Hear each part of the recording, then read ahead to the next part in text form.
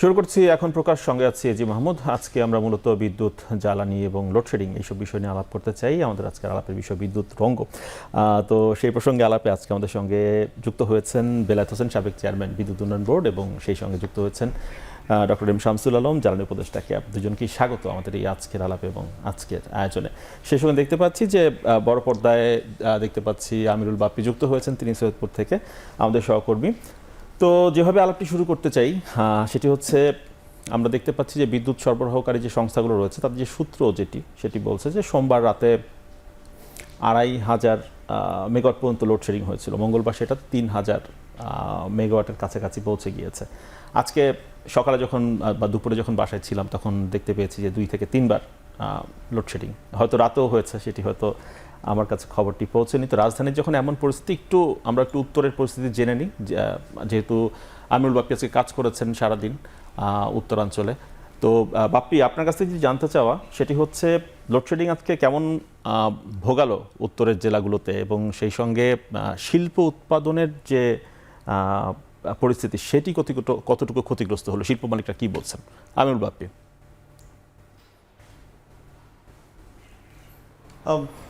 Load shedding শুধু আজকে না, এটাই আসলে বেশ কয়েকদিন ধরেই ভোগাচ্ছে, 7 থেকে 10 দিন হয়ে গেছে। এবং যেটি আগে যেমন একটা কথা ছিল যে কারেন্ট যায় না, মাঝে মাঝে আসে, গত 8-10 দিন ধরে আমরা উত্তরবঙ্গবাসী আসলে সেই অবস্থাটার মধ্যে আবার চলে গেছি, কারেন্ট মাঝে মাঝে আসছে। বিশেষ করে কলকারখানার কথাগুলো যদি বলতেই হয় সেক্ষেত্রে উত্তরবঙ্গের মধ্যে সৈয়দপুর একটা লাইট ইঞ্জিনিয়ারিং শিল্পের জন্য খুব নামকরা একটা জায়গা। এখানে 450 শুধু লাইট ইঞ্জিনিয়ারিং কারখানাই আছে, এছাড়া গার্মেন্টস কারখানা আছে, আরও ছোট বড় অনেক ধরনের প্রতিষ্ঠান আছে সৈয়দপুর এবং এর চারপাশে। ইপিজেড আছে, বিদেশে রপ্তানি হয়, এরকম বেশ কিছু প্রতিষ্ঠান আছে। তো সবগুলোতে আমরা যেরকম খোঁজ নিয়েছি যে সব থেকে ছোট যে প্রতিষ্ঠান সেটিরও প্রতি ঘন্টায় ক্ষতি 300 টাকা। এরকম যদি 5 থেকে 6 ঘন্টা লোডশেডিং থাকে তাহলে এক একটি ছোট কারখানায় 1500 থেকে 1800 টাকা প্রতি তার সারাদিনে ক্ষতি হচ্ছে। আর বড় বড় প্রতিষ্ঠানগুলোতেও আমরা যতটুকু জেনেছি যে 1 ঘন্টা কারেন্ট না থাকলে 1 থেকে 1.5 লক্ষ টাকা পর্যন্ত ক্ষতি হয়ে যায়। তো এই যে সব মিলিয়ে লোডশেডিংয়ের যে চাহিদা, একে তো লোডশেডিংয়ে বিদ্যুৎ পাওয়া যাচ্ছে না, অন্যদিকে তাদের যে উৎপাদনটা, তাদের পণ্য উৎপাদনটা বজায় রাখতে গিয়ে যে অতিরিক্ত জ্বালানি ব্যবহার করতে হচ্ছে, তারপরে যারা শ্রমিক আছেন তাদেরকে অতিরিক্ত কর্মঘণ্টা হিসেবে তাদের যে পারিশ্রমিক সেটা দিতে হচ্ছে। সব মিলিয়ে আসলে বেশ নাকাল অবস্থায় পড়ে গেছে এই উত্তরবঙ্গের এই বিশেষ করে কারখানা মালিকরা বা শিল্প প্রতিষ্ঠানের মালিকরা। জি বাপি, আপনি রয়েছেন আমাদের সঙ্গে। আমি একটু বেলায়েত হোসেন স্যার আপনার কাছে আসতে চাই। সেটি হচ্ছে, আমরা যদি হিসাব করি সেটা হচ্ছে বিদ্যুতের উৎপাদন ক্ষমতা 27,000 মেগাওয়াটের বেশি, চাহিদা যদি আমরা ধরি 17,000 মেগাওয়াট। বিগত সরকারের আমলে আমরা দেখেছি যে 15.5 বছরে খুচরা পর্যায়ে দাম বেড়েছে 14 বার বিদ্যুতের। তো এত বিদ্যুৎ কেন্দ্র হয়েছে, তবু কেন লোডশেডিং স্যার? আমি প্রথমেই এখন টিভিকে ধন্যবাদ জানাচ্ছি আমাকে এই অনুষ্ঠানে আমন্ত্রণ করার জন্য। স্বৈরাচার বিরোধী আন্দোলনে যে আমাদের বীর যোদ্ধারা আত্মাহুতি দিয়েছে তাদের আত্মার প্রতি শ্রদ্ধা জানিয়ে আমি আমার বক্তব্য শুরু করতে চাচ্ছি। আসলে দেখেন, আমরা আজকে একটা হতাশার বিষয় নিয়ে আলোচনা করতে আসছি। জাতির কাছে একটা বিশাল প্রশ্ন যে লোডশেডিং কেন, আমাদের এত বিদ্যুৎ জেনারেশন ক্যাপাসিটি। আমরা সত্যি দেখেন একটা জেনারেশন ক্যাপাসিটি পেয়েছি, এত বড় একটা সিস্টেম, 27,741 মেগাওয়াটের একটা সিস্টেম। এরকম একটা সিস্টেম কিন্তু আমাদের আছে, এবং সেটা দিয়ে অ্যাকচুয়ালি 20,000 মেগাওয়াট পর্যন্ত ডিমান্ড ক্যাপাসিটি ফুলফিল করা যায়। কিন্তু আমাদের লোডের চাহিদা কিন্তু 20,000 মেগাওয়াট এখনও হয়নি, 18,000 বা তার কিছু কম। গতকালকে জেনারেশন ছিল 14,500 বা 600 মেগাওয়াট এরকম। সেখানে বিদ্যুৎ উন্নয়ন বোর্ডের হিসাব অনুযায়ী 2,000 মেগাওয়াট লোডশেডিং ছিল, কিন্তু আমার মনে হয় তার চেয়েও বেশি। আমাদেরকে আসলে বুঝতে হবে যে আসলে আমাদের এই লোডশেডিংটা হয় কেন। আমাদের দেশে ফুয়েল ক্রাইসিস আমরা সবাই জানি। মূলত তিন ধরনের ফুয়েল আমরা ব্যবহার করি। গ্যাস ব্যবহার করি, লিকুইড ফুয়েল ব্যবহার করি HFO, এবং কয়লা ব্যবহার করি। এই মুহূর্তে কিন্তু সবগুলো জায়গায় কিন্তু ক্রাইসিস আছে। আমাদের গ্যাসের ক্রাইসিস আছে, কারণ আমরা যে ইম্পোর্ট করি গ্যাস, টোটাল 1100 MMCFD গ্যাস বাংলাদেশে দুইটা কোম্পানির মাধ্যমে ইম্পোর্ট করা হয়। তার মধ্যে একটা কোম্পানি মানে সামিটের যে 500 MMCFD গ্যাস, এই FSRUটা আজকে প্রায় 3-3.5 মাস যাবৎ বন্ধ আছে। এখানে এই 500 MMCFD গ্যাস যদি আসতো, ইম্পোর্ট করা যেত, তাহলে এখান থেকে বিদ্যুতের জন্য আমরা 200 থেকে 250 MMCFD গ্যাস পেতাম, যেটা দ্বারা কিন্তু 1200 থেকে 1300 মেগাওয়াট অতিরিক্ত গ্যাসের যে পাওয়ার স্টেশন, আমাদের টোটাল গ্যাসের পাওয়ার স্টেশন 12,000 মেগাওয়াট, কিন্তু গতকালকে মাত্র 5,000 মেগাওয়াট চলেছে, আর 7,000 মেগাওয়াট কিন্তু আইডেল বসে আছে। এখন এই গ্যাসটা যদি 500 MMCFD গ্যাস যদি আমরা পেতাম, ওইখান থেকে 200 বা 250 যেটাই আমরা পেতাম, এটা দিয়ে কিন্তু আসলে 1200 মেগাওয়াট, আরও 1200-1250 মেগাওয়াট আমরা তৈরি করতে পারতাম। এরপরে লিকুইড ফুয়েলের কথা বলবো। আসলে দেখেন, 3.5 মাস কি সময় লাগার কথা ছিল মানে টার্মিনালটা মেরামতের জন্য? এই ঘূর্ণিঝড়ের সময় 3.5 মাস লাগার কথা ছিল না, কিন্তু যে কোনো কারণেই হোক দেশের অবস্থাও চিন্তা করতে হবে। গত 1-1.5 মাস যাবত তো আমাদের দেশের সব সেক্টরেই কাজের ব্যাঘাত ঘটেছে, যার কারণে হয়তোবা একটু দেরি হয়েছে, আমি যেটা ধারণা করতেছি। এই FSRUটা চালু হয়ে গেলে আসলে গ্যাসের আমরা যদি আরও 200 MMCFD গ্যাস পাই, তাহলে কিন্তু আপনি গ্যাসের চাহিদাটা কিছু হলেও আমাদের লোডশেডিংকে কমাবে। সেটা 1200-1300 মেগাওয়াট এখান থেকে পাওয়া যাবে। কিন্তু মূলত এই লোডশেডিংয়ের মূল কারণ আমি যেটা দেখি, সেটা হলো আমাদের কিন্তু ফুয়েলের জন্যই অ্যাকচুয়ালি এই লোডশেডিংটা হচ্ছে। কারণ জেনারেশন ক্যাপাসিটি কিন্তু 27,700 মেগাওয়াটের মতো, সেখানে আমরা তৈরি করছি মাত্র 14,500 মেগাওয়াট। তাহলে বাকি বিদ্যুৎ আমরা তৈরি করতে পারছি না কেন? গ্যাসের জন্য বললাম যে 500 MMCFD গ্যাস আমাদের আসছে না, সেটা একটা কারণ হতে পারে। আর একটা বড় কারণ যেটা আসলে বিদ্যুৎ উন্নয়ন বোর্ড যে কাজটা করে, আমাদের যতগুলো পাওয়ার জেনারেশন কোম্পানি আছে, প্রাইভেট কোম্পানি আছে, এদের সবার কাছ থেকে বিদ্যুৎটা ক্রয় করে, এবং ক্রয় করে তারপরে তারা বিক্রি করে। এই বিদ্যুৎ উন্নয়ন বোর্ডকে এই সব কোম্পানিগুলোকে বিল পরিশোধ করতে হয় বিদ্যুতের এগেনস্টে। এই বিলের কিন্তু অনেক টাকা বাকি পড়ে গেছে। সরকার কিন্তু কমিটেড ছিল যে আসলে বিদ্যুৎ উন্নয়ন বোর্ডের লসটা কেন হয় আমাদের বুঝতে হবে। বিদ্যুৎ উন্নয়ন বোর্ডের এখনকার অবস্থায় সামগ্রিক প্রেক্ষাপট হিসাব করে যেটা বোঝা যায় যে জেনারেশনের কস্ট প্রতি মেগাওয়াট, প্রতি ইউনিট পাওয়ার জেনারেশনের জন্য খরচ পড়ে প্রায় 11 টাকা 34 পয়সা, আর বিদ্যুৎ উন্নয়ন বোর্ড সেটা বিক্রি করে 60 টাকা 4 পয়সা। সেখানে তো ভর্তুকিও রয়েছে স্যার। এখানে ভর্তুকি হলো 4 টাকা 30 পয়সা। আমি জিনিসটা একটু ডিটেল বলতে চাচ্ছি যে 60 টাকা 30 পয়সা কেন হলো? এত কিন্তু ছিল না, এর আগে কিন্তু কম ছিল। 2021 সালের বাজেটে একটা জিনিস সরকার ইন্ট্রোডিউস করেছে, সেটা হলো প্রাইভেট যে বিদ্যুৎ জেনারেশন, যে তেল দিয়ে যে পাওয়ার স্টেশনগুলো চলবে, এই তেলগুলো কিন্তু আমরা বাইরে থেকে ইম্পোর্ট করি, এবং এই ইম্পোর্টেড তেলের উপরে 35% ভ্যাট, সিটি ভ্যাট দিতে হবে। দেখেন, এইটার কোনো যৌক্তিকতা আছে বলে আমার কাছে মনে হয় না। কারণ এই টাকাটা যেটা হয় যে এই তেলগুলো কিন্তু ইম্পোর্ট করে ওই জেনারেশন কোম্পানির মালিকরাই, এবং তারা ইম্পোর্ট করে সিটি ভ্যাটের 35% টাকা সরকারকে দেয়। তাতে কি হয়, এই তেলের আমাদের ট্যারিফে কিন্তু 3টা পার্ট। একটা পার্ট হলো আপনার ফিক্সড কস্ট বা ইনভেস্টমেন্ট কস্ট যেটা বলবো ওইটা, প্লাস স্যালারি ফিক্সড কস্ট যেটা, এটার একটা পার্ট, সেটাকে আমরা বলি ক্যাপাসিটি চার্জ। এবং সেকেন্ড পার্টটা হলো ফুয়েল কস্ট, এবং থার্ড আর একটা পার্ট আছে, সেটা হলো ভেরিয়েবল কস্ট। ভেরিয়েবল কস্ট মানে পাওয়ার স্টেশন অপারেশন মেনটেন্যান্সের জন্য যে টাকাটা খরচ হয়, ওইটার একটা পার্ট। এখন এই জ্বালানির খরচটা কিন্তু পিডিবি রিপে করে পাওয়ার কোম্পানিগুলোকে। ওরা যে দামে কিনে নিয়ে আসে, হ্যান্ডেলিং করে পাওয়ার স্টেশন পর্যন্ত পৌঁছানো যত ধরনের খরচ আছে, সব খরচ পিডিবি কিন্তু আবার ডাইরেক্টলি ওদেরকে রিপে করতে হয়, এই টাকাটা ফেরত দিতে হয়। এখন এই আপনি ট্যাক্স বসালেন, কিসের উপর ট্যাক্স বসালেন? বাইরের থেকে যে তেলটা আসলো এর উপরে 35% ভ্যাট বসালেন। আমার এখন পর্যন্ত আমাদের ফুয়েল দ্বারা যে পাওয়ার স্টেশনগুলো আছে তার ক্যাপাসিটি হলো 5,700 মেগাওয়াটের কিছু বেশি। 5,700 মেগাওয়াটের পাওয়ার স্টেশন প্রতি এক বছরে 85% পাওয়ার ফ্যাক্টরে আমাদের চুক্তি অনুযায়ী আছে যে 85% পাওয়ার ফ্যাক্টরে আমরা মেশিন চালাতে পারবো।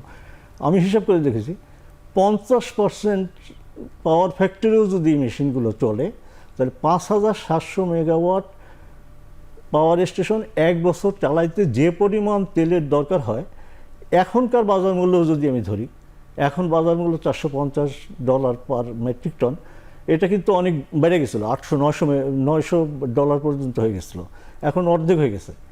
এখনকার দামেও যদি হিসাব করি, এই সিডি ভ্যাট আসে 10,000 কোটি টাকা। 10,000 কোটি টাকা কী করতেছে গভর্নমেন্ট? এই টাকাটা থেকে সিডি ভ্যাটটা গভর্নমেন্টের পকেটে যাচ্ছে, আবার পিডিবি কিন্তু এটা ফেরত দিয়ে দিচ্ছে ওই পাওয়ার স্টেশন কোম্পানিগুলোকে। ফেরত দেওয়াতে পিডিবি দিতে পারতেছে না, কারণ পিডিবি তো এমনিতে লুজার। সে তো 11 টাকা 34 পয়সা করে বিদ্যুৎ তৈরি করে আর 60 টাকা 5 পয়সা করে বিক্রি করে।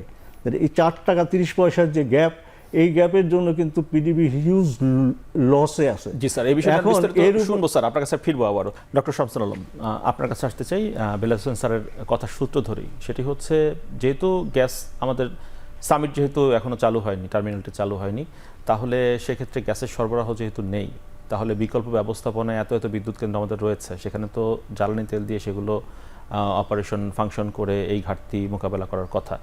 সেই জ্বালানি কেন নেই? আর পিডিবিরা তো বকেয়া কেন? মানে আমরা দেখছি যে অনেক হাজার হাজার কোটি টাকা বকেয়া পিডিবির, কেন এই অবস্থায় কেন দাঁড়ালো? সেটি কি এই লোকসানে বিদ্যুৎ বিক্রির কারণেই?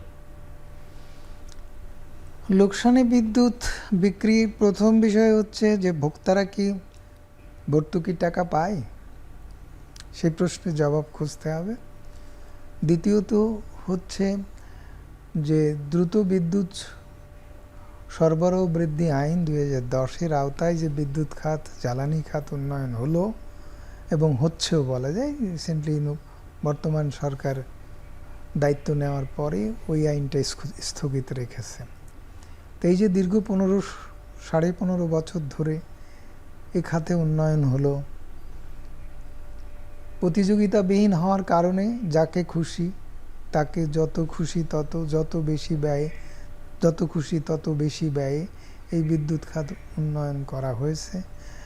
তা এখন যদি আপনি আসেন যে বিআরসির স্ট্যান্ডার্ড অনুযায়ী একজন বিনিয়োগকারীকে তার একটা পাওয়ার প্ল্যান্ট তৈরি করতে যা খরচ হয়েছে তাকে তার উপরে ওভারঅল রেট অফ রিটার্ন বলে, ওরা ROR বলে, আমরা বলি যে ওভারঅল মুনাফা দেওয়া, তো সেটা 6% কিছু বেশি। এখন যদি তাকে 18% দেওয়া হয়, তাহলে এই টাকাটা আপনি 12% বেশি দিয়ে দিলেন, তার মানে 3 গুণ বেশি মুনাফা দিলেন। অন্য সব কথা ছেড়ে দিলাম। তাহলে দিয়ে প্রথমের দিকে শুরু হয়েছিল ধরেন 5-7 বছর আগে 12% দিয়ে, তারপরে 16%, তারপরে 18%, শেষের 5 বছরে 18% করে রেট অফ রিটার্ন বাড়ানো হয়েছে। নেক্সট আসেন, এটা একটা দিক গেল। এইবার আসেন যে LNG টার্মিনালের কথা আসেন। বাংলাদেশ ব্যাংক থেকে বিনিয়োগকারী টাকা নিয়ে গেল যে আমি এরকম $4,000 কোটি নিয়ে গেলাম, 4 কোটি ডলার আমি নিয়ে গেলাম, তার কাছ থেকে অনুমতিপত্র যে আমি পণ্য কিনবো, যন্ত্রপাতি এসব কেনা হবে। যখন মালামাল কেনার কাগজপত্র জমা দিল বাংলাদেশ ব্যাংকের কাছে, তখন দেখা গেল যে তারা 50% টাকা স্পেন্ড করেছে, বাদ বাকিটার কোনো খোঁজ খবর নাই। তো বাংলাদেশ ব্যাংক খুব চাপাচাপি করা শুরু করার পরে দেখা গেল যে তারা ওই টাকা পণ্য কেনেনি, তারা একটা কাগজপত্র পাঠালো যে তারা সার্ভিস কিনেছে, উকিল নিয়োগ করেছে, ব্যারিস্টার নিয়োগ করেছে, এইসব করে সেবা কিনেছে, তার জন্য ওই টাকা খরচ হয়ে গেছে। কিন্তু এইরকমভাবে টাকা নিয়ে যে সার্ভিস কেনা, পণ্য না কিনে তাদের কোনো অধিকার নেই, বা এটা আইনসম্মত না, সুতরাং তাদের ওই টাকা ফেরত দিতে হবে। তারা সে টাকা ফেরত দেয়নি। না দিয়ে যখন বাংলাদেশ ব্যাংক কড়াকড়ি করেছে, তখন জ্বালানি মন্ত্রণালয় রাস্তায় নেমেছে। জ্বালানি মন্ত্রণালয় রাস্তায় নেমে বিনিয়োগকারীর পক্ষে এই অসাধু বা লুণ্ঠনের এই টাকা বা পাচারের এই টাকা সুরক্ষা দেওয়ার জন্য, পাচারকারীকে সুরক্ষা দেওয়ার জন্য জ্বালানি মন্ত্রণালয় তারা রাস্তায় নেমেছে যে না, বিনিয়োগকারীকে এভাবে ডিস্টার্ব করলে উন্নয়ন ব্যাহত হবে। এইবার আসেন টাকাটা বিনিয়োগ হলো কিভাবে? তারা নিয়ে গেল টাকাটা, পণ্য আনলো না। এবার দেখা গেল যে তারা যে জায়গায় কোম্পানি রেজিস্ট্রেশন করেছে, তারা যা শেয়ার হোল্ডারদের কাছ থেকে টাকা নিয়েছে, শেয়ার হোল্ডারদের নাম ডিসক্লোজ করেনি, না করে টাকাটা আসলো। সেই টাকার উপরে আপনার ইকুইটি মানির উপরে ইন্টারেস্টটা 7% বড়জোর প্লাস মাইনাস বিআরসির স্ট্যান্ডার্ড অনুযায়ী। সেখানে তাদের ইকুইটির উপরে ইন্টারেস্ট দেওয়া হয়েছে 18%। এই টাকাটা ধারণা করা হচ্ছে যে টাকাটা তারা ওইভাবে বের করে নিয়ে গেছে, ওই টাকাটাই তারা বিনিয়োগ দেখাইছে, ওই ডলারেরটাই।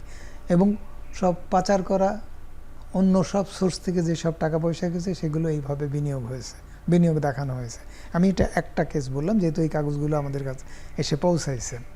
তো এইবার আসেন মালপত্র কেনার ক্ষেত্রে ওভার ইনভয়েস হয়েছে, ওভার বিলিং হয়েছে, এগুলো তো হয়েছেই। দেখা যাচ্ছে যে আপনার রামপুর রূপপুর বিদ্যুৎ কেন্দ্রের ক্ষেত্রে $13.5 বিলিয়ন খরচ হয়েছে। সেখানে দেখা যাচ্ছে যে 1350 মেগাওয়াট বিদ্যুৎ আমাদের খরচ পড়তেছে এত টাকা। কিন্তু একই প্রযুক্তিতে ইন্ডিয়ায় তারা তৈরি করেছে, দেখা যাচ্ছে যে তাদের ওরকম 5-6 কোটি টাকা এরকম লেগেছে, 6,000 কোটি টাকা, মানে $6 বিলিয়ন এরকম লেগেছে। তার মানে এখানে অর্ধেকেরও বেশি ব্যয় হয়ে গেছে। লোকাল মানি যেগুলো ব্যয় হয়েছে সেগুলো তো শুনেছেনই, যেখানে বালিশ তুলতে কত টাকা লেগেছে, তো পর্দা কিনতে কত টাকা লেগেছে, যেখানে 2 ডিজিটের টাকা লাগে তাকে 3 ডিজিট লাগে। পায়রারের যেখানে যন্ত্রপাতি ক্রয় করার জন্য হাতুড়ি বাটাল এগুলো কিনতে যেখানে লাগে হচ্ছে কয়েকশো টাকা, সেখানে কয়েক হাজার ডলার খরচ করা হয়েছে।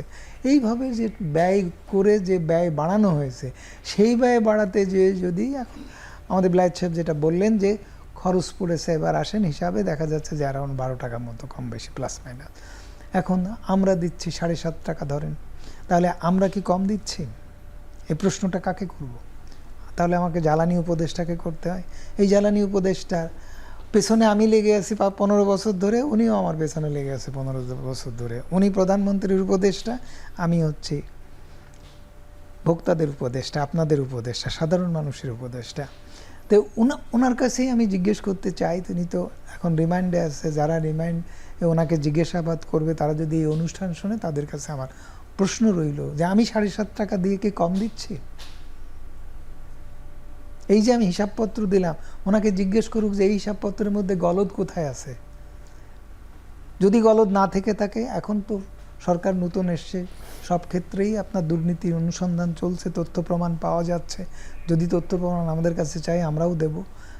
এইগুলো যদি সত্যি হয়, মিথ্যে না হয়, যথাযথ হয়, তাহলে এই টাকা তাহলে কত টাকা এইভাবে যে টাকা বেশি নিয়ে গেল, যেটাকে আমরা বলছি যে প্রিডেটরি কস্ট ইনক্রিজ করলো, প্রিডেটরি মুনাফা করে নিয়ে গেল, লুণ্ঠনমূলক মুনাফা করলো, সেই মুনাফার টাকা ঠিকাদারের হাত হয়ে, বিনিয়োগকারীর হাত হয়ে কোথায় বাংলাদেশ ব্যাংকের ডলার চুরির মতো করে, ফিলিপাইনের জোয়ার কোটে চলে যাওয়ার মতো করে এই টাকা যে কোথায় চলে গেছে তার কোনো ঠিক ঠিকানা নাই। তাহলে সেই সব টাকা চলে গেল, সে টাকা কোন টাকা চলে গেল? এই 4 টাকা, হিসাবটিও করতে হবে। সেই 4 টাকা, হ্যাঁ, এই যে 4 টাকা। আর আমি 7.5 টাকা দিলাম, আমাকে ভর্তুকি খাওয়ানো হচ্ছে, আমি ভর্তুকি খাচ্ছি? আমি তো ভর্তুকি খাচ্ছি না। আমি যা দিচ্ছি পয়সা, আমি যা লাগে অ্যাকচুয়ালি তার থেকে বেশি দিচ্ছি। সেই হিসাবটাও আমরা বিভিন্ন গণশুনানিতে দেখানো হয়েছে। আপনি যে জ্বালানির কথা বললেন, সেখানে ছোট্ট একটু কথা বলি। একটা বিরতির সময় হয়ে গেছে আমাদের, একটু বিরতি নিয়ে ফিরে আসতে হবে, কিন্তু তার আগে একটু আমিরুল বাপ্পির কাছে একটা প্রশ্ন রেখে যেতেই চাই, সেটি উত্তরটিও নিতে চাই আমিরুল বাপ্পির কাছ থেকে। সেটা হচ্ছে, আমিরুল বাপ্পি, বড়পুকুরিয়া যে আমাদের যে বিদ্যুৎ কেন্দ্র, সেখানে আপনি গিয়েছিলেন আজকে, তো সেখানকার অভিজ্ঞতা জানতে চাই। সেখান থেকে কি জানা গেল? যে 3 নম্বর ইউনিটটি তো বন্ধ হয়ে গিয়েছে, সেটি কবে নাগাদ চালু হতে পারে এবং কোন ত্রুটির কারণে বন্ধ হয়েছে হঠাৎ করে, সেটি কি জানা গেল কিনা?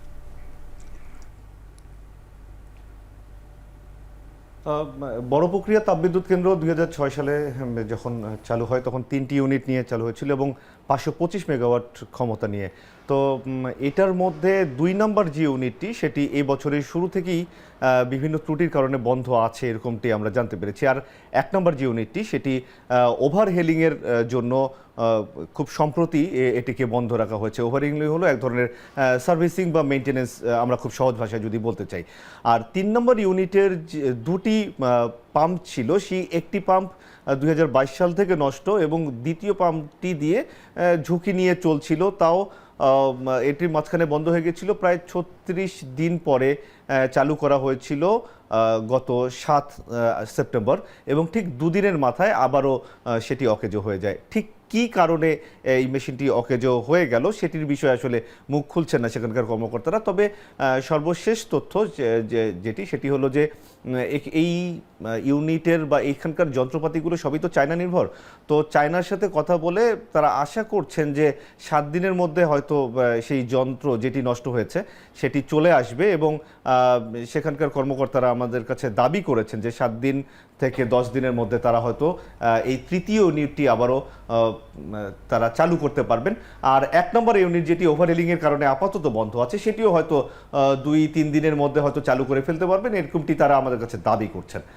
কিন্তু সব মিলিয়ে আসলে আশেপাশের মানুষজনের সাথে কথা বলে যতটুকু বুঝতে পেরেছি যে এই ধরনের বন্ধ হওয়ার রেকর্ড আসলে নতুন না, এটা চলতেই থাকে। এতদিনে আমরা সেভাবে হয়তো জানতে পারিনি বিভিন্ন কারণে, আর লোডশেডিংয়ের মাত্রাটা যেহেতু একটু কম ছিল গত কিছুদিন ধরে, সেদিকে হয়তো মাথা ঘামানোর কোনো, কিন্তু এবার খুব স্পষ্ট হয়েছে আসলে নানাবিধ সংকটের কারণে এবং লোডশেডিং বেড়ে যায়। আমি বলবো অসংখ্য ধন্যবাদ যুক্ত হওয়ার জন্য। একটি বিরতি নিতে হচ্ছে আমাদের এখন, বিরতির পর ফিরে এসে বাকি আলাপ করবো। দর্শক, বিরতির পর আবারও ফিরছি এখন প্রকাশে।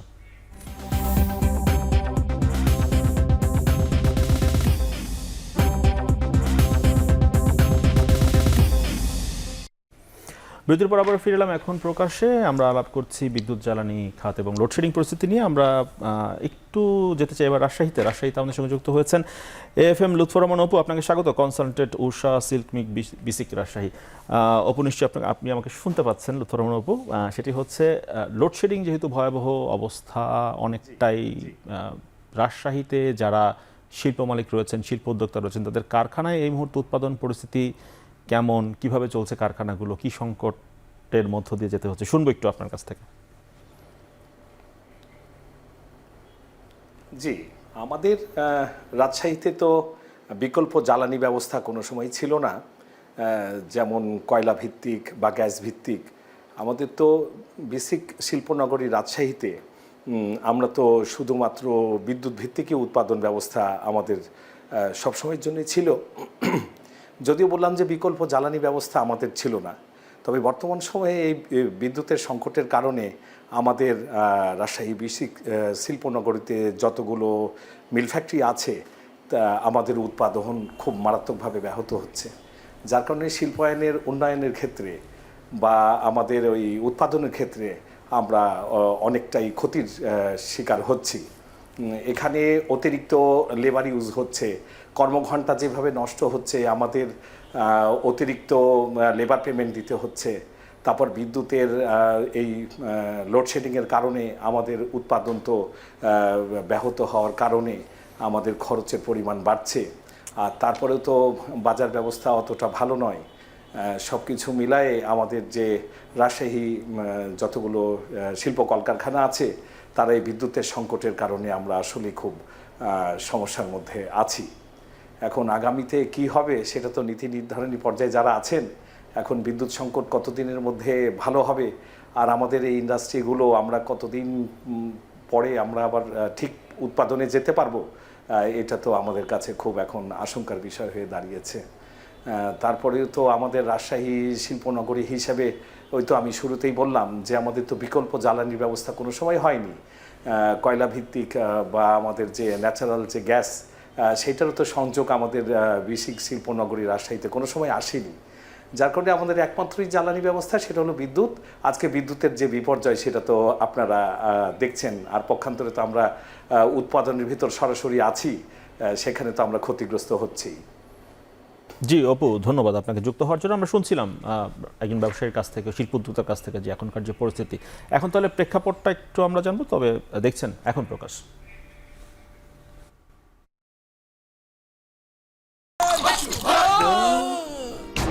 আমি এই চেয়ারে বসবো না। বাচ্চু ভাই, এই চেয়ারকে ভয় পেও না। ডেন্টিস্টের পরামর্শে নাও নতুন কোলগেট অ্যাক্টিভ সোল, যা দাঁতের সমস্যা শুরু হওয়া মাত্রই থামিয়ে দেয়। না থাকবে ব্যথা, না থাকবে ভয়। বেলায়েত হোসেন, এবার একটু আপনার কাছে আসতে চাই। সেটা হচ্ছে সামগ্রিক প্রেক্ষাপটটি আমরা দেখলাম, সেটি হচ্ছে সামিট যেহেতু টার্মিনাল তাদের অফ এখনো পর্যন্ত, অন্যদিকে বড়পুকুরিয়ার সবকটি ইউনিট এখনো পর্যন্ত বন্ধ, সেটি হয়তো চালু হতে পারে সামনে। আর আদানি বিপুল বকেয়া থাকায় তারা আমাদেরকে বিদ্যুতের দেয়া পরিমাণ কমিয়ে দিচ্ছে, ১৫০০-এর মতো দিত, এখন ৫০০ কমিয়ে দিচ্ছে, সামনে আরও কমিয়ে দিতে পারে কিনা সেই সংখ্যাও থেকে যায়। এখন এই পরিস্থিতি থেকে যে সব সংকট একসাথে ঘনীভূত হলো, আমরাও জ্বালানি তেল দিয়ে আমাদের ঘাটতি পূরণ করতে পারলাম না, এ থেকে আমরা কি শিক্ষা নিব, করণীয় কি? না, আমাকে সুযোগ দেন আমি বলি। আমি আসলে আগের কথাটাই শেষ করতে পারিনি। সেটা হলো যে এই যে ভর্তুকির কথাটা বললাম, আসলে ভর্তুকিটা কেন হয়, যে বিদ্যুৎ উন্নয়ন বোর্ড লস করতেছে, 4 টাকা 30 পয়সা করে কম রেটে সে বিদ্যুৎটা বিক্রি করতেছে, জেনারেশন কস্ট। এমনিতে চুক্তিতে কি আছে না আছে সেই বিতর্কে আমি যাব না, কারণ এটা সেটেলড একটা জিনিস। এটা বিশেষ বিধান 2010 বিশেষ বিধান অনুযায়ী যখন যেভাবে নিয়ম অ্যালাউ করেছে সেইভাবে চুক্তিগুলো হয়ে গেছে। চুক্তিগুলো কিভাবে হয়েছে সেটা নিয়ে কিন্তু আসলে অনেক বিতর্ক হতে পারে, এবং এটার মধ্যে যদি কারো কোনো গাফলতি থাকে সেটার দায় দায়িত্ব সে নিবে, এবং সেটা গভর্নমেন্ট সেইভাবে না, যদি কোনো চুক্তি এমন হয়ে থাকে জনস্বার্থ বিরোধী বা ভোক্তা স্বার্থ বিরোধী, সেটি সংশোধনের কিন্তু একটা বাস্তবতা তো এটা একটা বাস্তবতা যে বিদ্যুৎ উন্নয়ন বোর্ড 4 টাকা 30 পয়সা প্রতি ইউনিটে বিদ্যুতের এই মুহূর্তে লস করতেছে, যার কারণে গভর্নমেন্টের কাছে একটা বিশাল টাকার পাওনা হয়ে গেছে বিদ্যুৎ উন্নয়ন বোর্ডের, এবং এই টাকাগুলো দিতে পারতেছে না। এখন দেখেন, আমার এই মুহূর্তে আপনি যদি বলেন যে বিদ্যুতের এই যে লোডশেডিংটা কমানো একেবারেই সহজ, শুধুমাত্র তেলের টাকাটা জোগাড় করতে হবে, পাওয়ার স্টেশন কোম্পানিগুলোকে দিয়ে দিলে কিন্তু ওরা তেল নিয়ে আসবে, এবং তেল নিয়ে আসলে আমি গতকালকেও মেশিন চালাইছি 3700 মেগাওয়াট, হয়রাজ আমার 5750 মেগাওয়াটের তেল দিয়ে পাওয়ার স্টেশন চালানোর ক্ষমতা আছে। 2000 মেগাওয়াট তো লোডশেডিং, 2000 মেগাওয়াট যদি আমি আরও বেশি তৈরি করতে পারতাম, 14500 মেগাওয়াটের সাথে 2000 মেগাওয়াট যোগ করলে 16500। বিদ্যুৎ উন্নয়ন বোর্ড বলতেছে গতকালকে ডিমান্ড ছিল 16200, তাহলে তো আমার 300 মেগাওয়াট এক্সেস জেনারেশন থাকে। সুতরাং আমি তো এই মুহূর্তে কোনো ক্রাইসিস দেখি না। শুধু ক্রাইসিস যেটা সেটা হলো গভর্নমেন্ট টাকা ম্যানেজ করতে পারতেছে না, বকেয়া ম্যানেজ করতে পারতেছে না। বকেয়ার টাকাটা যদি ইভেন তেলের টাকাটাও যদি দিয়ে দিতে পারতো, তাইলেও বোধ হয় এই প্রবলেমটা অনেক অংশে সলভ হয়ে যেত।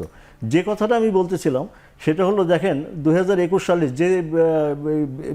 যে নিয়মটা করা হলো আর কি, বাজেটে যেটা আসলো, সেটা হলো যে আপনি 35% সিডিভার 10,000 কোটি টাকা প্রতি বছর গভর্নমেন্ট নিয়ে নেয় এক হাতে, পিডিবি আবার সেই টাকাটা কিন্তু পাওয়ার স্টেশন কোম্পানিকে দিতে হয়। তাতে কি হয় যে গভর্নমেন্টের এক হাতে টাকাটা, এক পকেটে টাকা গেল এবং আরেক পকেট থেকে টাকাটা চলে গেল, কিছুই লাভ হলো না। এই কথাটা বুঝতে কিন্তু কোনো লাগে না, বিশাল বিশাল জ্ঞানী ব্যক্তি হওয়ার কোনো দরকার নাই। এখানে এনবিআর কেন এই নিয়মটা চালু করলো, আমার এই স্বল্প বুদ্ধিতে কিন্তু এটা আমি বুঝি না। কিন্তু এই জিনিসটা করার কারণে এই 4 টাকা 30 পয়সা ডিফারেন্স অফ মানি হয়েছে, মানে যে বিদ্যুতের জেনারেশন কস্টটা ইসের চেয়ে বেশি হয়েছে। আপনি চিন্তা করেন যে 10,000 কোটি টাকা যদি বছরে কম বিদ্যুৎ উন্নয়ন বোর্ডকে পে করতে হতো, বিদ্যুৎ উন্নয়ন বোর্ড এখন এই আজ পর্যন্ত ওদের 38,000 কোটি টাকা, আমি বিদ্যুৎ উন্নয়ন বোর্ডের সাথে কথা বলে আসছি, 38,000 কোটি টাকা লাগে। গত 3 বছরেই তো এই 10,000 কোটি টাকা করে যোগ করলে তো 38,000 কোটি টাকা হয়ে যাবে। সুতরাং কোনো বাকি কিন্তু আর থাকতো না, এবং স্বাভাবিকভাবেই পাওয়ার স্টেশনগুলো চলতো। কিন্তু যেটা সমস্যা এখন দেখতেছি সেটা কিন্তু আসলে টাকার জন্যই হচ্ছে। আমাদের বিরতি সময় হয়ে গেছে স্যার, বিরতি নিয়ে ফিরে এসে তারপর শামসুল আলম স্যার কাছে আবার ফিরবো। দর্শক, বিরতির পর আবার ফিরছি এখন প্রকাশন।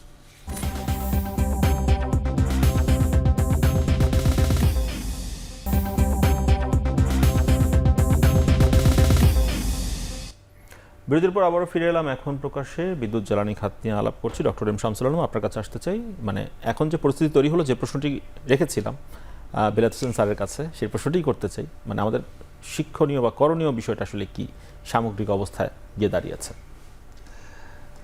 আমরা সরকারকে গতকাল আমরা সরকারের সঙ্গে বসেছিলাম কনজিউমার অ্যাসোসিয়েশনের প্রতিনিধিদের নিয়ে, তো সেখানে 3টা বিষয় সরকারের কাছে স্পষ্টভাবে আমরা তুলে ধরেছি, এবং সেটার উপরে আজকে সকালে তাদেরকে একটা চিঠি দিয়েছি। তো প্রথমেই যে বিষয়টি এসছে সেটা হচ্ছে যে কালকেই সবচেয়ে বেশি সামনে এসছে যে আমাদের দেশীয় উদ্যোক্তা যারা বিদ্যুৎ খাতে আইপিপি মডেলে যে বিদ্যুৎ উৎপাদন করছে, ইন্ডিপেন্ডেন্ট পাওয়ার প্রোডিউসার যারা, হ্যাঁ, তাদের কাছ থেকে যে বিদ্যুৎ কিনতে হচ্ছে এবং তাদের কোনো বিদেশি শেয়ার হোল্ডার নেই, ঋণ নেই, অথচ তাদের বিদ্যুৎ বিল ডলারে payment। কিনতে হচ্ছে ডলারে বিল দিচ্ছে যদিও টাকায়, যে কারণে আগের বছরে যেখানে 25,000 কোটি টাকা মতো ক্যাপাসিটি পেমেন্ট দিতে হয়েছে, এবারে সেটা নাকি 35,000-এ উঠেছে। এই ব্যাপার স্যাপারগুলো সেখানে আলোচনায় উঠলো এবং চুক্তিগুলো রিভিউ করার কথা যেটা এসছে, এটা একটা দিক। দ্বিতীয়ত দিক হচ্ছে দ্রুত বিদ্যুৎ ও জ্বালানি সরবরাহ আইনটা এখন বাতিল করতে হবে এবং সেটা অলরেডি হাইকোর্টে বা তার কয়েকটা ক্লজ বাতিলের ব্যাপারে এসছে, ক্যাব সম্পূর্ণ আইন বাতিল করার জন্য যাচ্ছে এবং সেটা একটু মেয়াদি ব্যাপার। কিন্তু এই মুহূর্তে যেটা করার, যেই চুক্তিগুলো সংশোধন করে তাদের যদি বিদেশি আপনার পেমেন্টের ব্যাপার না থাকে, ঋণ না থাকে, শেয়ার হোল্ডার না থাকে, তাহলে তাদের বিদ্যুতের দাম কেন ডলারে দিতে হবে, এই ব্যাপারটা কোশ্চেন তোলা হয়েছে। এখন সেগুলো যাচাই বাছাই সরকারের তরফ থেকেও স্যার করছে। সেই সঙ্গে যেই বিদ্যুৎ কেন্দ্রগুলো দীর্ঘদিন ধরে অলস বসে আছে সেগুলো বন্ধ করে দেওয়ার কথা শুনছি আমরা। এখন সেগুলো বন্ধ করে দেওয়ার ব্যাপারটি কিসের ভিত্তিতে করবে সে সব বিষয়গুলো এখন সামনে আসেনি এই মুহূর্তে। এইটা একটা বিষয় আমাদের আলোচনায় এসছে। আর একটা বিষয় হচ্ছে যে সরকার বিদ্যুৎ ও জ্বালানির দাম বাড়াবে না, আর আমরা বলেছি যে 3 বছর পর্যন্ত বাড়ানো যাবে না, কারণ মূল্যস্ফীতি এবং মুদ্রাস্ফীতি এত বেশি মানুষের জীবন এবং অর্থনীতিকে বিপর্যস্ত করে ফেলেছে যে সেটাকে স্টেবল না করতে পারলে, এটা যদি আবার উত্তর বাড়তেই থাকে, তাহলে এই ভয়ঙ্কর অবস্থা সামাল দেওয়া যাবে না। তো সুতরাং এটা সামাল দিতে হলে যে 10% মূল্যস্ফীতি হচ্ছে তার 6%ই অর্থাৎ 60%ই কন্ট্রিবিউট হচ্ছে এই বিদ্যুৎ ও জ্বালানি মূল্য এত বেশি বৃদ্ধি, এত ঘন বৃদ্ধির কারণে। আর যে অতিরিক্ত 40% সেটা পরোক্ষভাবে হলেও এই জ্বালানি মূল্য বৃদ্ধির অবদান রয়ে গেছে। সুতরাং এই জায়গাটা সরকারকে বিশেষভাবে হাত দিতে হবে এবং সে বিষয়টি আমাদের বক্তব্য হচ্ছে 3 বছর মোটামুটি একটানা স্টেবল রাখার ব্যাপারে আর কোনো কম্প্রোমাইজ সরকার যেন না করে। তো সেইটা করতে হলে সরকারকে দুটো কাজ করতে হবে। একটা কাজ হচ্ছে দ্রুত বিদ্যুৎ ও জ্বালানি সরবরাহ ব্যয় কমানোর জায়গাগুলো চিহ্নিত করে সেটা হ্রাস করতে হবে। তৃতীয়ত যে বিষয়টি আছে যে তেল বিদ্যুৎগুলো ফেজ আউট করার জন্য, যে কারণে জ্বালানি আমদানিকে প্রায়োরিটি দেওয়া হয়েছিল, যে জ্বালানি এলএনজি আমদানি করলে এলএনজির যে ব্যয় হয় তাতে করে জ্বালানি আমদানি করে বিদ্যুৎ উৎপাদন করতে গেলে বেশি ব্যয় হয়, ডিজেলে আরও বেশি ব্যয় হয়। সেই ব্যয়গুলো এখন কম্প্রোমাইজ করা যাবে যদি এলএনজি আমদানি করে জ্বালানিকে ফেজ আউট করা যায়, অর্থাৎ তরল জ্বালানি লিকুইড ফুয়েলকে যদি ফেজ আউট করা যায়। লিকুইড ফুয়েল আপনি পরিবহনে ফেজ আউট করতে পারেন, বিদ্যুতে ফেজ আউট করতে পারেন, তাহলে ওভারঅল বৈদেশিক মুদ্রা জ্বালানি বিদ্যুৎ আমদানিতে সাশ্রয় হবে। সেটা ফিল করেছে, সেটা করতে পারিনি। আর আমি তো বলেছি প্রথমে যে ব্যয় বৃদ্ধিটা অনেক বেশি ঘটেছে, সেই সব জায়গাগুলোতে হোমওয়ার্ক করা, অর্থাৎ কী ধরনের সংস্কারগুলো আনতে হবে এবং কিভাবে কমানো যাবে। চুক্তি রিভিউ করতে যে যদি চুক্তিগুলো বেআইনি হয়ে যায় তাহলে সে চুক্তি নির্দ্বিধায় ভোক্তাদের স্বার্থে ভোক্তারাই বাতিল করবে, সরকারকে বাতিল করার দরকার হবে না। যেমনটি নাইকো চুক্তি ভোক্তারা বাতিল করে নিয়ে এসছে, কনজিউমার অ্যাসোসিয়েশন তরফ থেকে আমরা বাতিল করে এনেছি, তেমনিভাবে এগুলো বাতিল করার পর্যায়ক্রমে ভোক্তারাই হাত দেবে, সে কথাটিও মন্ত্রণালয়ের সঙ্গে আলাপ হয়েছে। এখন আসেন আর এমনিতেই যদি যেহেতু দেশীয় উদ্যোক্তা আপনি রিভাইজ করে যে আমি বললাম যে অযৌক্তিকভাবে আপনি দিছেন, বিভিন্ন ধরনের পার্সেন্টেজ দিচ্ছেন, মুনাফা দিচ্ছেন, ওভার ইনভয়েস করেছেন, সেগুলো তো সব জায়গাতে তো একটা স্ট্যান্ডার্ড প্র্যাকটিস করতে হবে। আপনি ইচ্ছামাফিক তো ভোক্তাকে ঠকিয়ে 5 টাকার জিনিস 10 টাকায় বিক্রি করবেন, তাকে যাচাই বাছাই করতে দেবেন না, নানা ধরনের কালো আইন তৈরি করবেন, সেগুলো তো দিয়ে আলটিমেটলি চালানো যাবে না। প্রশাসনিক কর্তৃপক্ষকে নিয়ন্ত্রণে এনে যে কাজগুলো করা হয়েছে, আলটিমেটলি লিগ্যাল কমপ্লেক্স যখন লিগ্যাল ইস্যুগুলো আসবে, লিগ্যাল ইন্টারভেনশন হবে, তখন সেই জায়গাগুলোতে টিকতে পারবে না। যেমনটি টিকতে পারছে না বিএসটিআই -3 3 পয়সা পাইকারি বিদ্যুতের দাম হবে, সামিতকে 3 পয়সা মাইনাস করে তার বিদ্যুতের দাম দিতে হবে। সেই বিদ্যুৎ উৎপাদন করবে গ্যাসের দামে, পিডিবি যে দামে করে সেই দামে গ্যাসের দাম পে করে, সরকারকে পে করতে হবে। এদিকে তেল বিদ্যুৎ, গ্যাস বিদ্যুৎ, এলএনজি বিদ্যুৎ সব চলে আসতেছে। এই সব থেকে উৎসাহ থেকে বিদ্যুতের দাম 12 টাকায় চলে গেছে। যখন এটা তৈরি করেছিল তখন 2 টাকা 2.5 টাকা ছিল, এইসব সেখানে 95% বিদ্যুৎ উৎপাদন করতো গ্যাস থেকে। তো সেই রকম একটা চুক্তি করে নিয়েছে সরকারের কাছ থেকে। সেই চুক্তি আলটিমেটলি, যেটা বেলায়েত সাহেব বললেন যে চুক্তি থাকলে তো চুক্তি মানতে হবে। আপনি চুক্তি রাখবেন অথচ বিল দিয়ে না দিয়ে তাকে আদালত দিয়ে কনফার্ম করে আনাতে বলবেন, তখন বলবেন যে আদালত বলেছে। এইরকম ধরনের একটা কনাইভেন্স সামিতের সঙ্গে কাজ করেছে ভেতরে ভেতরে, যেটা পরবর্তী পর্যায়ে রিভিউতে ছিল। এখন যেহেতু সরকার বদলে গেছে, প্রশাসনিক সাপোর্ট পাবেন। শুনবো স্যার এই বিষয়ে আরো আপনার কাছ থেকে। আমাদের আরেকটি বিরতির সময় হয়েছে, একটা প্রশ্ন রেখে যেতে চাই। সেটি হচ্ছে, যেহেতু আমরা মানে বিদ্যুৎ আমদানি করছি, সেই জায়গাটিতে নতুন করে ভাবার সুযোগ আছে কিনা? কারণ আদানি যেটি বলছে যে বিপুল পরিমাণ যেহেতু বকেয়া হয়ে গিয়েছে, তারা আমাদের দেশে এই বিদ্যুৎ দেওয়াকে টেকসই বলছে না এখনো পর্যন্ত। সুতরাং এমন শঙ্কাও কি রয়েছে কিনা যে যেহেতু তারা 500-র মতো কমিয়ে দিয়েছে, আরও সামনে ধাপ যদি আমরা পেমেন্টটা পরিশোধ করতে না পারি বা যদি কিছু অংশ করতে পারি, সামনে কি তারা কমিয়ে দিতে পারে কিনা, সেক্ষেত্রে আমাদের অবস্থা কি দাঁড়াবে, সেটি শুনবো একটি বিরতির পর ফিরে এসে। দর্শক, বিরতির পর আবার ফিরছি এখন প্রকাশ।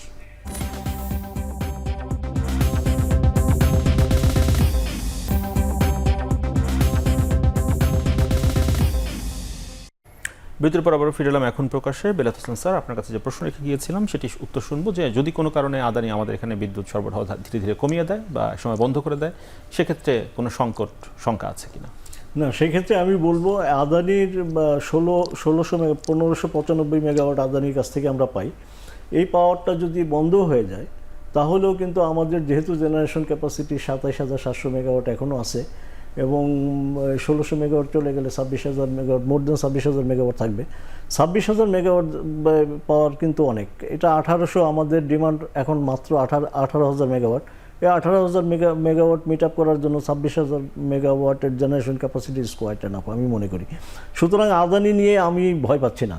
আমি যেটা ভয় পাচ্ছি যে এই মাঝে মাঝে যে সমস্যাগুলো আমাদের হঠাৎ করে চলে আসে, যে লোডশেডিং হচ্ছে, এই লোডশেডিং হয় কিন্তু ফুয়েল ক্রাইসিসের জন্য। আমাদের 3 ধরনের ফুয়েল বাইরে থেকে ইম্পোর্ট করতে হয়, গ্যাসও ইম্পোর্ট করতে হয়, তেলও ইম্পোর্ট করতে হয় এবং কয়লাও ইম্পোর্ট করতে হয়। আমাদের এটার ব্যাপারে খুবই সতর্ক থাকা লাগবে, মানে পুরোপুরি আমদানি নির্ভর হয়ে পড়ছে। সব সময় সতর্ক থাকা লাগবে। এটার মধ্যে যতটা সতর্কতা বাড়ানো যাবে, আমি মনে করি যে এই ক্রাইসিস থেকে আমাদের মুক্তির এই একটাই পথ, এবং এই পথেই আমাদের হাঁটতে হবে। আমি একটা কথা বলতে চাচ্ছি, সেটা হলো যে বিদ্যুৎ সেক্টরে যথেষ্ট কাজ করা হয়েছে। বিদ্যুৎ সেক্টরে যথেষ্ট কাজ করা হয়েছে। আপনি দেখেন, জেনারেশন ক্যাপাসিটি অনুযায়ী কিন্তু আমাদের যা ডিমান্ড আমরা ফোরকাস্ট করেছিলাম, তার চেয়ে কমই ডিমান্ড হয়েছে। আসলে আমি বলবো যে করোনা যেটা হলো, 2 বছর করোনায় ছিলাম আমরা, এই করোনাটা কিন্তু আমি বলি যে আসলে আমাদের জাতির জন্য এটা হলো, মানে আশীর্বাদ না হলেও এটা বিদ্যুৎ উন্নয়ন বোর্ডের জন্য আশীর্বাদ হয়েছে এই কারণে, কারণ আমাদের এই সরকার, গত সরকার বেজা তৈরি করার পরে যে একটা উচ্চাভিলাষী একটা পরিকল্পনা আমাদের করতে বলছিল আর কি, সেটার কারণে কিন্তু আমরা বিদ্যুৎ সেক্টর যেভাবে মানে ঝাঁপায় পড়ছি বিদ্যুৎ জেনারেশন ক্যাপাসিটি বাড়ানোর জন্য, এটা কিন্তু করোনায় আইসা কিছুটা স্থিমিত করছে। তা না হলে কিন্তু আমরা আরো আগায় যাই। এখন হয়তো দেখা যেত 30,000 মেগাওয়াট পার হয়ে গেছে, যেটা আমাদের জন্য একটা বিশাল বোঝা হয়ে যেত। কিন্তু যেখানে ভুলটা হয়েছে সেই জিনিসগুলো একটু বলি, এবং সেখানে আসি আমরা, আমাদের সময় একেবারে সীমিত, একটু বলি। সেটা হলো যে আমরা 3টা পাওয়ার স্টেশন করলাম, সামিট, এই এইচ ক্লাস 3টা হাই এফিসিয়েন্সি পাওয়ার প্ল্যান্ট কিনলাম মেঘনাঘাটে। এই 3টা প্ল্যান্ট কিন্তু দেখেন এটার কোনো গ্যাস নাই, এবং এই গ্যাসটা কিন্তু জ্বালানি মন্ত্রণালয়ে চিটাগাং থেকে একটা 42 ইঞ্চি পাইপলাইন তৈরি করার কথা। সেই পাইপলাইনটা হওয়ার পরে এই 3টা পাওয়ার স্টেশনে দিতে পারবে। এই 3টা পাওয়ার স্টেশন যদি আমরা এই গ্যাস দিয়ে চালাইতে পারি, তাইলে কিন্তু আমাদের লোডশেডিংয়ের অনেকটা সাশ্রয় হয় স্যার। সুতরাং এটা একটু জ্বালানি মন্ত্রণালয় যদি তৎপর হয়, তাড়াতাড়ি লাইনটা করে যায়, আমার মনে হয় that is the best solution. Sir, প্রথমত হচ্ছে বেলায়েত সাহেব যেটা বললেন, এটা তো আমরা প্রত্যাশা করছি, আশা করছি এই ঘটনা প্রত্যেক বছরেই ঘটতেছে, কিন্তু অবস্থার উন্নতি হচ্ছে না। 2009 সালে যে সংকট নিয়ে আমরা ঢুকেছিলাম, শুধুমাত্র জ্বালানির প্রাপ্যতা না, উৎপাদন ক্ষমতা ছিল না বলে আমরা কিছু করতে পারিনি। ডলার সংকট ছিল না, মূল্যবৃদ্ধির চাপ ছিল না, ক্রয় ক্ষমতার সমস্যা ছিল না, তখন এইটা ছিল। আজকে বিদ্যুৎ উৎপাদন ক্ষমতা হয়েছে, ট্রান্সমিশন লাইন হয়েছে, ডিস্ট্রিবিউশন লাইন হয়েছে, পয়সা নেই, মূল্যবৃদ্ধি হচ্ছে, জীবনযাত্রার ব্যয় বেড়েছে, আপনার অলরেডি প্রবৃদ্ধি হুমকির মধ্যে পড়েছে। সমস্যাগুলো জটিল হয়ে গেছে। যে এই এখন আমরা বলতে চাচ্ছি যে জ্বালানি সরবরাহ নিশ্চিত করতে পারলেই হয়ে যায়, সেটা তো সব অবভিয়াসলি, কিন্তু সেই জ্বালানি সরবরাহ আসবে কবে? জ্বালানি মন্ত্রণালয় তো আর এই জ্বালানি সরবরাহ দেওয়ার জন্য যথেষ্ট নয়, পয়সার দরকার। পয়সাও সরকারের সরবরাহ করার মতো ক্ষমতা নাই, সীমাবদ্ধ। এখন আপনি যে আদানির যে কথাটা বলেছেন, আদানির চুক্তি স্ক্র্যাপ অর্থাৎ বাতিল করাটা খুবই অপরিহার্য দুটো দিক দিয়ে। একটা দিক হচ্ছে এটা আমাদের জাতীয়, আমাদের সার্বভৌম ক্ষমতার উপরে ক্ষমতাকে প্রশ্নবিদ্ধ করেছে এই চুক্তি, যে আমাদের সক্ষমতাকে প্রশ্নবিদ্ধ করেছে। তারা আমাদের কাছ থেকে এই অসম চুক্তি করে নিয়ে গেছে। সুতরাং সেই অসম চুক্তি বাতিল করা এবং তা অস্বীকার করার শক্তি এবং সামর্থ্য আমাদের থাকতেই হবে, এইটা হচ্ছে মূল কথা। আর দ্বিতীয়ত প্রশ্ন হচ্ছে যে পয়সা দিয়ে তাদের কাছ থেকে আমরা বিদ্যুৎ কিনছি, সেই পয়সা হচ্ছে যদি 17-14 টাকা সামথিং করে কিনছে, তাদের আপনার পার ইউনিটে পড়ছে প্রায় হচ্ছে 4 টাকা হচ্ছে তাদের ক্যাপাসিটি চার্জ, আর বাদবাকি 10 টাকায় হচ্ছে তাদের চলে যাচ্ছে আপনার ফুয়েল কস্টে বা অন্য দিক দিয়ে। তাহলে আমরা ওই পয়সা দিয়ে, আমাদের ক্যাপাসিটি আছে, তাহলে 3 গুণ আমরা কয়লা কিনে নিয়ে আসতে পারি। আমাদের কয়লা বিদ্যুৎ কেন্দ্রের ক্ষমতা আনইউজড রয়ে যাচ্ছে। তাহলে আমার এই বিদ্যুৎ, আমাদের এই কন্টেস্টেই, ইকোনমিক কন্টেস্টেই এই বিদ্যুতের বার্ডেন আমাদের সহ্য করার কোনো কারণ নেই। এই দুটো কারণেই অনতিবিলম্বে এটা বাতিল করার সমস্ত রকম উপায় খুঁজতে হবে। অসংখ্য ধন্যবাদ দুজনকে সময় দেওয়ার জন্য। আজকে আমাদেরকে দর্শক শেষ করছি। এখন প্রকাশ সঙ্গে থাকার জন্য ধন্যবাদ সবাইকে।